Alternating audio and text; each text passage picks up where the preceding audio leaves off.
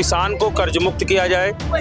जो पाइपलाइनें डाली जा रही हैं, ये सब गैस की, पानी की, इनको सबको रोक दिया जाए। हमारे लिए बिजली, हमारे नलकूप, ये सब हमारे लिए फ्री थे, वही व्यवस्था लागू की जाए। टाइम पर किसानों को न डीएपी उपलब्ध करा पा रहे हैं, न यूरिया उपलब्ध करा पा रहे हैं, न बीज उपलब्ध करा पा रहे हैं, ना नहरों में पानी आ रहा। तो इस हिसाब से अब कौन सी ये आय दुगनी कर रहे हैं? हमको लग रहा है किसानों की नहीं, ये अपनी लोगों की आय दुगनी करना चाहते हैं। पहले तो 13 महीने 13 दिन आंदोलन चला था और 750 किसान शहीद हुए थे जिनको सम्मान नहीं मिला। तो वहाँ रणनीति तय होगी, हो सके 13 साल आंदोलन चले।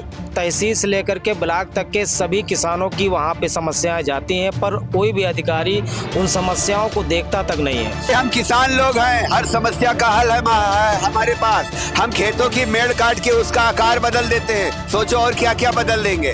बोलो जय जवान, जय जवान। जिला अधिकारी कार्यालय में आज किसानों के द्वारा धरना प्रदर्शन किया जा रहा है। पीछे हमारी तस्वीर देख सकते हैं, अलग अलग जिलों से यहाँ पर किसान आए हुए हैं। किसानों की समस्याओं को लेकर आज यहाँ पर बैठे हुए हैं और जिलाधिकारी को ज्ञापन देने की बात कर रहे हैं। तो किसानों से बात करते हैं कि उनकी क्या समस्याएं हैं और क्या उन्होंने अभी तक डीएम को ज्ञापन सौंपा है। तो बात करते हैं।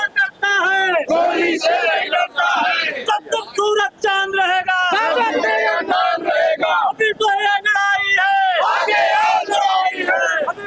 अभी हमारे साथ लखनऊ जिला अध्यक्ष किसान यूनियन के से बात करते हैं। सर, कौन सी समस्याएं हैं किसानों को और ज्ञापन आपने अभी तक दिया? देखिए, 11 समस्याओं को लेकर के हम एक ज्ञापन दे रहे हैं राष्ट्रपति महोदया के नाम से संबोधित जिलाधिकारी के माध्यम से। और हमारी जो मांगे हैं वो हमारी मांगे ये है कि किसान को कर्ज मुक्त किया जाए। जो पाइपलाइनें डाली जा रही हैं, ये सब गैस की, पानी की, इनको सबको रोक दिया जाए। हमारे लिए बिजली, हमारे नलकूप, ये सब हमारे लिए फ्री थे, वही व्यवस्था लागू की जाए। किसानों के आय दोगुनी करने की बात करी जाती है। 200 रुपये प्रति कट्टा का रेट बढ़ा दिया गया। गन्ने का रेट बढ़ाया नहीं गया। पेराई सत्र स्टार्ट हुए 2 महीने हो गए, गन्ने का रेट नहीं घोषित किया गया। हमें एमएसपी गारंटीड कानून नहीं मिला है। हमसे कहा गया था कि C2+50 के रेट से हम आपको एमएसपी गारंटीड कानून देंगे, वो भी नहीं मिला।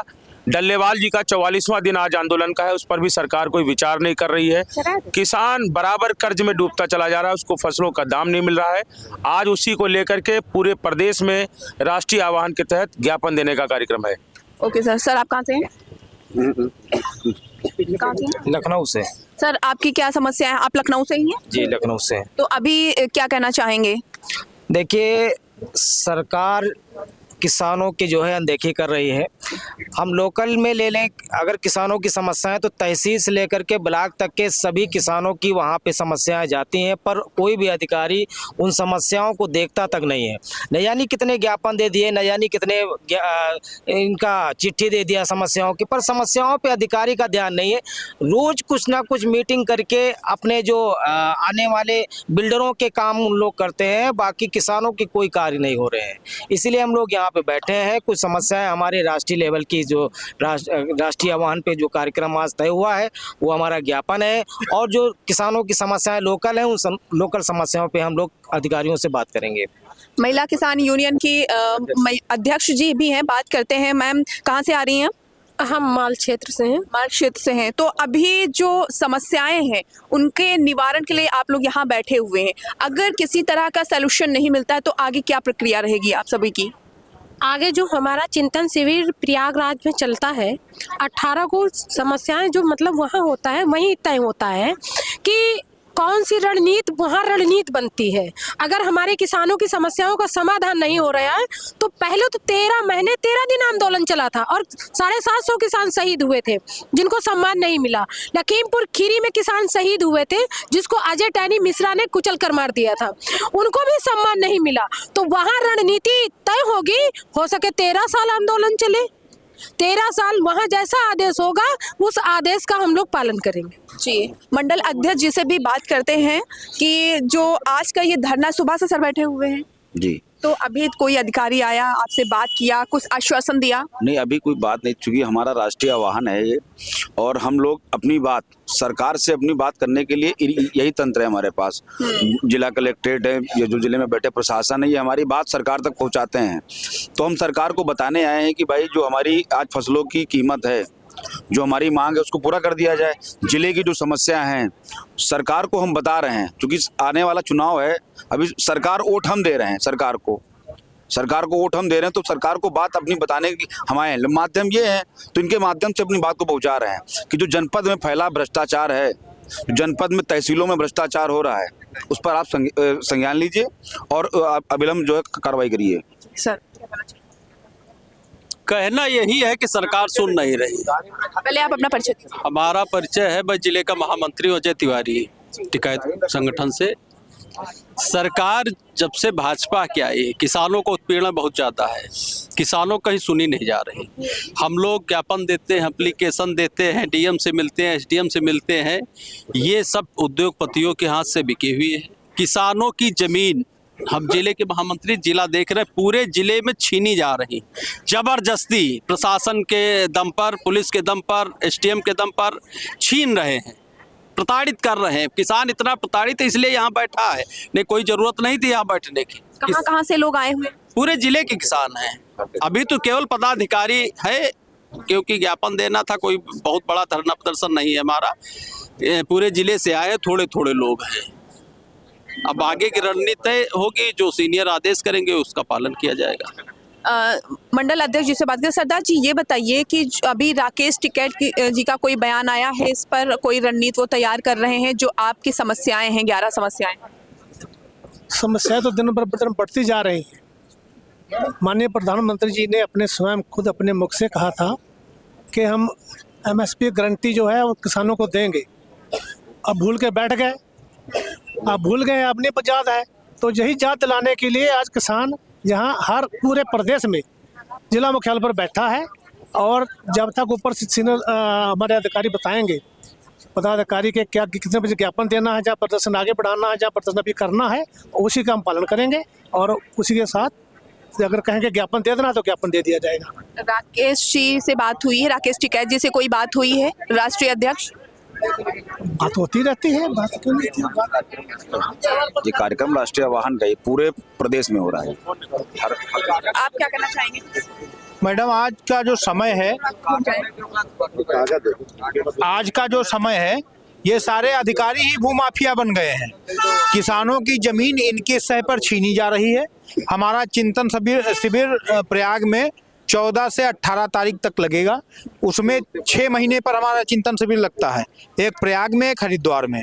उस पर जो भी रणनीति होगी, अब 13 महीना 13 दिन धरना चला था, चाहे 6 साल तक चलना पड़े, लेकिन इस सरकार को नाकोचना चबाया जाएगा।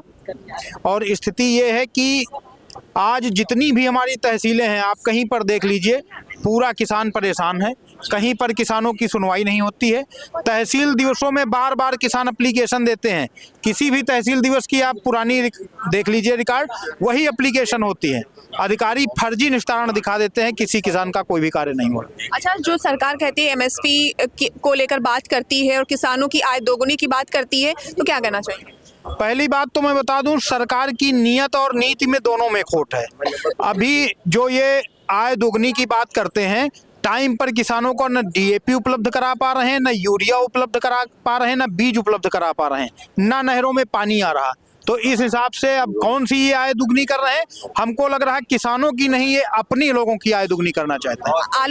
आलू को बुआई की है आपने? आलू बुआई, कितना पैसा करीब लगा होगा? आलू बुआई में 1 बीघे में 8,000 रुपए लगता है। कितने खाद इस बार कौन सी उसमें पड़ती है खाद? डीएपी पर क्या प्राइस रहा इस बार? इस बार 1350 रुपए रहा, 1350। लेकिन अभी पहले क्या था? पहले तो कांग्रेस की सरकार में 475 रुपए प्रति बोरी, 1350 रुपए, और वो भी मिलती नहीं है। बोलो जय जवान, जय जवान। देखिए भाई, हम किसान लोग हैं, हर समस्या का हल है हमारे पास। हम खेतों की मेड़ काट के उसका आकार बदल देते हैं, सोचो और क्या क्या बदल देंगे। बोलो जय जवान, जय जवान। जितने अधिकारी हैं, जितने लोग भी कंपटीशन देकर अधिकारी बन गए हैं, वो किसी भी जनता के साथ न्याय नहीं करना चाह रहे हैं। चाहे न्यायालय में हो और चाहे तहसील दिवस में हो, चाहे थाना दिवस में हो, सरकार के मानकों के विपरीत ये काम कर रहे हैं। सरकार की मंशा को खुद ही बरगला रहे हैं और आम जनता का नुकसान कर रहे हैं। जो न्यायालय में अधिकारी बैठते, चाहे वो तहसीलदार हो, चाहे एसडीएम साहब हो, चाहे एडीएम साहब हो, जिन जिन फाइलों पे पैसा पहुंच जाता है उन फाइलों पे आदेश होता है, चाहे उसमें रिपोर्टें गलत लगी हों और चाहे सही लगी हों, उनका काम होता है। जिन फाइलों पे पैसा या साठ गांठ नहीं होती है वो फाइलें सालों से लंबित हैं, चाहे उन पर पॉजिटिव रिपोर्ट लगी हो या निगेटिव। ये लखनऊ जनपद की दुर्भाग्य है इस जनता की कि ये अधिकारी यहाँ लखनऊ भेजे गए हैं। लखनऊ इसलिए भेजे गए हैं कि ये पैकेज देकर आए हैं, और पैकेज देकर आए हैं तो पैकेज की वसूली भी पब्लिक से कर रहे हैं। किससे पैकेज लेकर आए? अब पैकेज जिसको भी दे के आए, अपने सक्षम अधिकारी को दे के आए हों, चाहे सरकार को दे के आए। हमने सरकार को देते हुए देखा नहीं, तो हम ये कहते हैं कि अपने सीनियर अधिकारी को दे के आएंगे। सीनियर अधिकारी के माध्यम से कहीं और भाई ना, तालाब से पानी नाले में जाता है, नाले से नदी में जाता है, नदी से समुद्र में जाता है। उसी तरीके से कर्मचारियों से अधिकारी, अधिकारी से सक्षम अधिकारी, उस सक्षम अधिकारी से फिर ऊपर की बात जाती है। सरकार तो करी, भ्रष्टाचार तो कम हो गया हमारी सरकार में। कब कह रहे हैं भ्रष्टाचार खत्म हो गया है? सही कह रहे हैं। तो जमीनों पे, सरकार की निगाह जमीनों पे क्यों आ गई किसान की? किसानों की जमीन पर गरीब के पास यही एक चारा था कि हम अपने खेतों में गेहूं 1 किलो बोएंगे और 90 किलो काटेंगे, 2 किलो आलू बोएंगे, 50 किलो आलू खोदेंगे, हम खाएंगे, हमारा पड़ोसी खाएगा। लेकिन सरकार की निगाह तो अब ये हो गई हमारे अधिकारियों के माध्यम से कि उसको क्या नाम जो है, जमीन छीन लो गरीबों से। किसान भाइयों, आज जिला कार्यालय लखनऊ डीएम साहब के यहाँ हम लोग क्यों इकट्ठा हुए? मैं पूर्व जिला अध्यक्ष और वर्तमान में जिले का संरक्षक लखनऊ किशोरी लाल पटेल। आज जो किसान जनपद लखनऊ का व्याकुल है, अपनी बात रखता है, और पूर्व में भी 45 दिन धरना चला है विकासखंड गोसाईगंज एरिया में। किन मुद्दों को लेकर? जमीन जायदाद के मुद्दों को लेकर, जो जमीन अधिग्रहण की चाहती है सरकार। हम लोगों ने कहा था किसान के अगर मंसूबे हैं, चाहे वो भाई एलडीए के माध्यम से, चाहे आवास विकास, चाहे वो पीडा, ये जो कंपनियां हैं आप लोगों की, सरकार अगर किसान से कोई बात आ रहा है विदेश से तो तुम ले लो, मैं शौक से तैयार हूँ। लेकिन जो भाई बाजार के रेट हैं और आप लोग बेचते हो उसी रेट में, उस रेट का भुगतान एक मर्तबे में कर दो किसान की, जिसकी जमीन लो, रोजी रोटी लो। तो किसान अपने परिवार की जीविका चलाने के लिए कहीं नहीं खरीद के परिवार और देश और राष्ट्र को चला सकता है, जैसे पिछले सालों से पूर्व से चलता आ रहा है। हमारे बुजुर्ग काफी कुछ कमा खा के इसी धरती माँ में चले गए, और आज विदेश के लोगों को सरकार यहाँ बसाना चाहती है। तो अगर माननीय मुख्यमंत्री महोदय किसी से बात आ रहे हैं तो जमीन उनको दो, लेकिन जो रेट है, बाजार का रेट है, वो कम से कम किसान को दे दो। किसान की आत्मा को मत दुखाओ भाई, क्योंकि वर्तमान में आपकी सरकार है दिल्ली में भी और यूपी में भी। तो इतना कर दो, किसान अन्नदाता देश का, परमात्मा जन्मदाता, ये किसान है देश का, आपकी धरोहर है, आपका वोटर है। तो कम से कम इसकी आवाज को सुनो। आज शीतकालीन ठंडक में हम लोग गरीब तबके किसान यहाँ क्यों आया? इसी आशा से आया है कि कम से कम जो हमारे लखनऊ के किसानों की समस्याएं हैं, चाहे नहर विभाग के पानी की बात हो, हेड से बेडवार तक पानी, बेडवार तक खुदवाना चाहिए नहरें। कहीं कहीं ऐसी शिकायतें हैं कि नहरें मानक के अनुसार नहीं साफ की गई, पानी भी पर्याप्त मात्रा में उनको सिंचाई का नहीं मिल रहा। तो इन बातों को ध्यान रखा जाए, ऐसे ठेकेदारों को पैसा रोक दिया जाए विभाग की ओर से। तो इसी बात को लेकर साथियों, हम अपनी बात को यहीं से विराम देंगे। जय जवान जय किसान।